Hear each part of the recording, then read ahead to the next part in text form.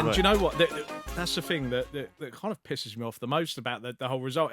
Straight afterwards, like, oh man, it was a draw. It must be fixed. It's like, no, we actually forgot to tell the refs that they can't to pick a winner because the draw is the worst of all. If you're going to do a two, everyone knew it was a 2-fight deal, but a draw is kind of like you need the revenge or retribution kind of narrative to it. Because if it was going to be fixed, surely Logan would win one, JJ would win one, then you'd have a third one, wouldn't you? Yeah, or you do a trilogy, or you just do one fight and it goes out as a draw and everyone shakes hands and counts their money, sort of thing. But the one thing in hindsight we should have done is tell to the judges you can't do a draw, you can't pick a draw between you. You've got to pick a winner. Yeah.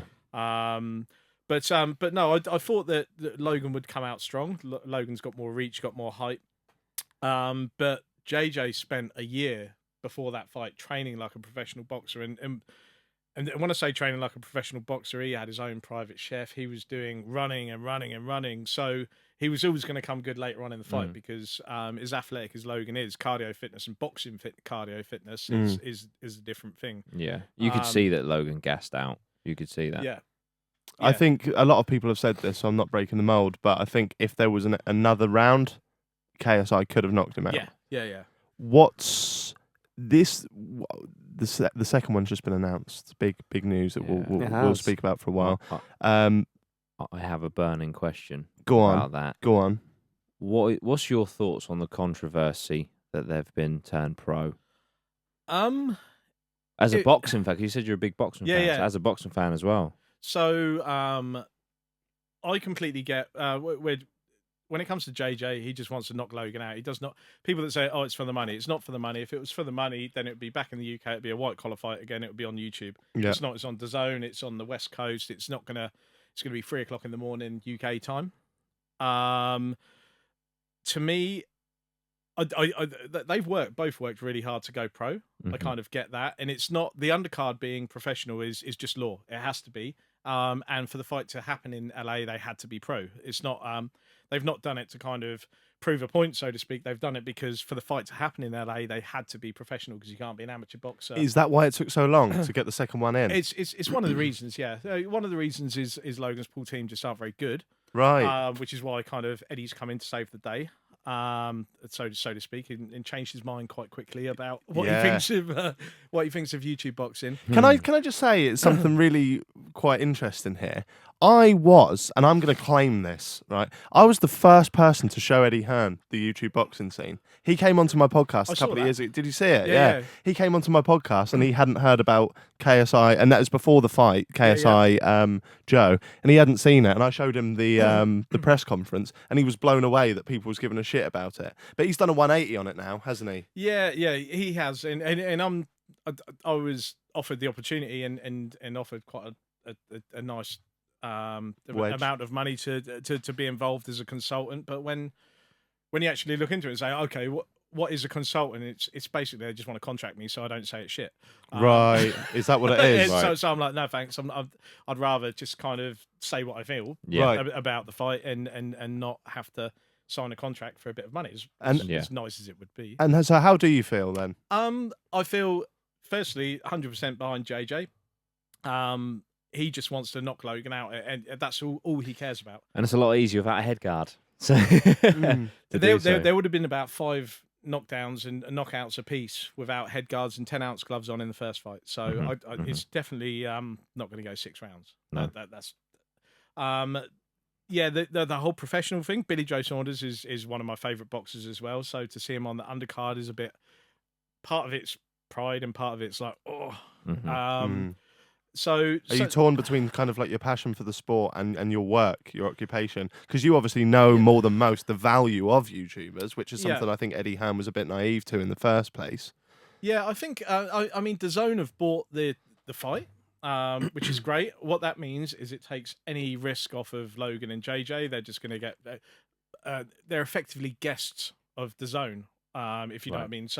So if it sells 2,000 tickets, doesn't matter. If it only does 2,000 pay-per-view buys, who cares? They're still getting paid. They've been paid a fixed amount of whatever that be. So it's good for JJ and Logan. I think maybe that the agents on either side have pushed it down that road when actually, if you're looking at the whole YouTube community as a whole and also looking after the fighters' best interests, it would probably have to stay on YouTube. For that reason, it is one of the reasons that I don't feel comfortable being involved, although I'll be ringside. Supporting JJ. Yeah. Cheering JJ on, but it's it kind of goes against the whole philosophy of the events that we've run over the years, which are on YouTube, are full of YouTubers. This is not on YouTube. No. And whilst JJ and Logan are YouTubers or content creators, in this they're not. They're professional They're boxers. Yeah. So yeah, it's from JJ's point of view, just wants to knock Logan out. I get why it's attractive to JJ because literally you can put him in a car park with Logan as long as he gets to throw a few punches at him. He'd be happy. But I don't think necessarily the timing or the location or the platform is the right thing for the community. Right. Or more to the point, fits in with how I see it. I get what you're saying. That's fair. Do you think it's? You mentioned that JJ had trained like a boxer for a year. Yeah.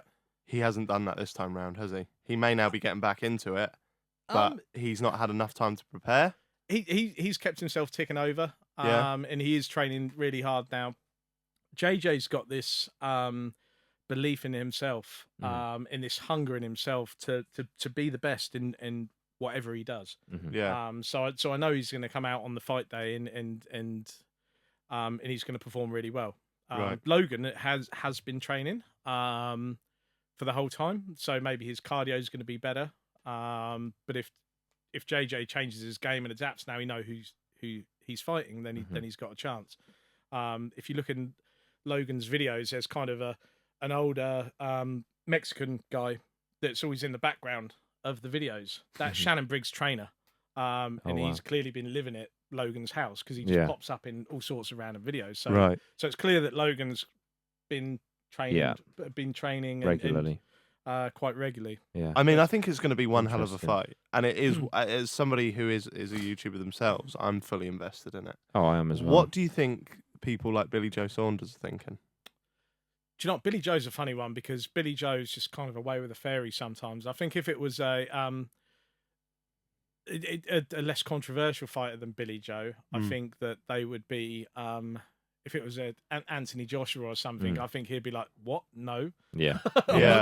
Undercut. I think Billy Joe will use it as a way to kind of take the piss a bit. Right. I don't really see the value of mixing it. I don't think that for the fight for KSI Logan 1 at 6 o'clock before the first undercard, everyone's in their seats. Now I go to boxing all the time, and you go there for the headline fight, and sometimes the second headline fight, but generally you're in the bars underneath the arena, absolutely, right the way through. So I don't think that if Eddie thinks that he's going to get the numbers and the type of crowd that we had in Manchester, I think he'll be surprised. I'm not sure how the numbers that Eddie's putting out. In the way he's saying, "Oh, we're going to sell out Staples Center. We're going to do 1.3 million buys and stuff like that." I don't know if he genuinely believes that. If he does, I think he'll be really disappointed. Or whether he's got his promoter head on and he's like, "Yeah, we're going to sell out the Staples Center and we're going to do 1.3 million." And deep down, he's like, "Okay, we might have 6,000 there and we might do 200,000 buys." Right.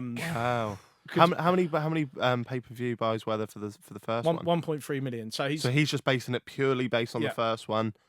Even though there's a lot of different factors this time around. Yeah, there's a lot of different factors. Last time was a YouTube show. It was on their platform, so they pressed the button and can promote. Yeah. It was on YouTube. The timings. It was so the fight was 1 o'clock in the afternoon in LA in the West Coast and 9 o'clock in the evening in the UK. So a huge amount of span for buys there, whereas this one will be 3 o'clock in the morning in the UK, and only the most dedicated parents are going to let their kids stay up till 3 in the morning to watch a boxing fight. And I think, rightly or wrongly, by the time that the UK and English speaking countries in Europe wake up, there'll be streams of it all over the place. They won't feel the need to buy or subscribe. Yeah. So I don't think it's going to do the numbers. Or anywhere near the numbers is to what the first one done. But as you said, it doesn't really matter to the creators too much. No, and it's not. People say to JJ, "Oh, you're doing it for the money." He's like, if he was doing it for the money, there's a much better way of monetizing this fight. Right. Yeah. Wow.